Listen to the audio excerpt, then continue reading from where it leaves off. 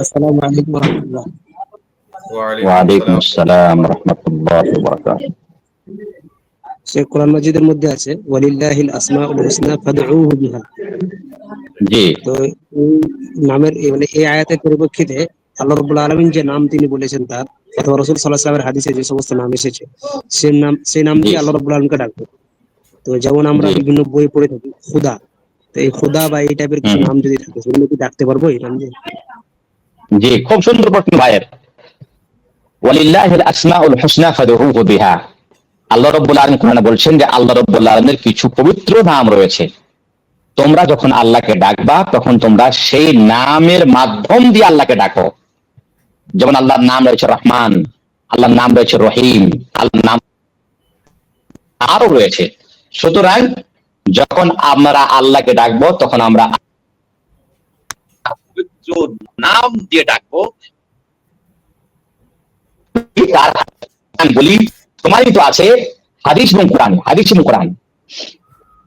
আসমা ও সিফাত সম্পর্কে আমাদেরকে কথা জেনে নেওয়া খুবই জরুরি। এই প্রশ্নের উত্তর দেওয়ার আগে সেটা হলো এই যে আল্লাহর আমরা সেই সমস্ত নামগুলিকে আল্লাহর জন্য প্রমাণ করব যেই নামগুলিকে আল্লাহ রাব্বুল আলামিন নিজের জন্য প্রমাণ করেছেন কোরআনে, এবং সেই নামগুলিকে আমরা আল্লাহর জন্য প্রমাণ করব যেই নামগুলিকে রাসূলুল্লাহ সাল্লাল্লাহু আলাইহি ওয়াসাল্লাম আল্লাহর জন্য সাব্যস্ত করেছেন সঠিক হাদিসে। সুতরাং আল্লাহর নাম তৌকিফি, আল্লাহর আসমা ও সিফাত তৌকিফি। যতক্ষণ পর্যন্ত আমরা হাদিস এবং কোরআনে আল্লাহর নাম কিংবা আল্লাহর সিফাতের কোন দলিল না পাবো অতক্ষণ পর্যন্ত সেটাকে আল্লাহর নাম কিংবা আল্লাহর সিফাত গ্রহণ করা যাবে না। সুতরাং এবারে আসে আপনার প্রশ্নের দিকে যে খোদা, খোদা আল্লাহর নামও না, আল্লাহর আসমাও না, আল্লাহর সিফাতও না। কেন না? আমি একটু আগে আপনাকে থিওরি দিলাম যে সেটা হলো এই, যতক্ষণ পর্যন্ত হাদিসে এবং কোরআনে আল্লাহর কোন নামের প্রমাণ পাবো না সেই নামটাকে আমরা স্বেচ্ছায় আমাদের পক্ষ থেকে প্রমাণ করতে পারি না। সুতরাং খোদা আল্লাহর নাম না, গড আল্লাহর নাম না, আল্লাহর সিফাত না। সুতরাং খোদা বলে আল্লাহ বলে আল্লাহকে ডাকা ঠিক না। তবে খোদা শব্দটা ব্যবহার করা যাবে কি যাবে না? দোয়াতে না, হে খোদা তোমার নাম খোদা সুতরাং তুমি আমাকে দান করো, এ কথা তো বলা যাবে না।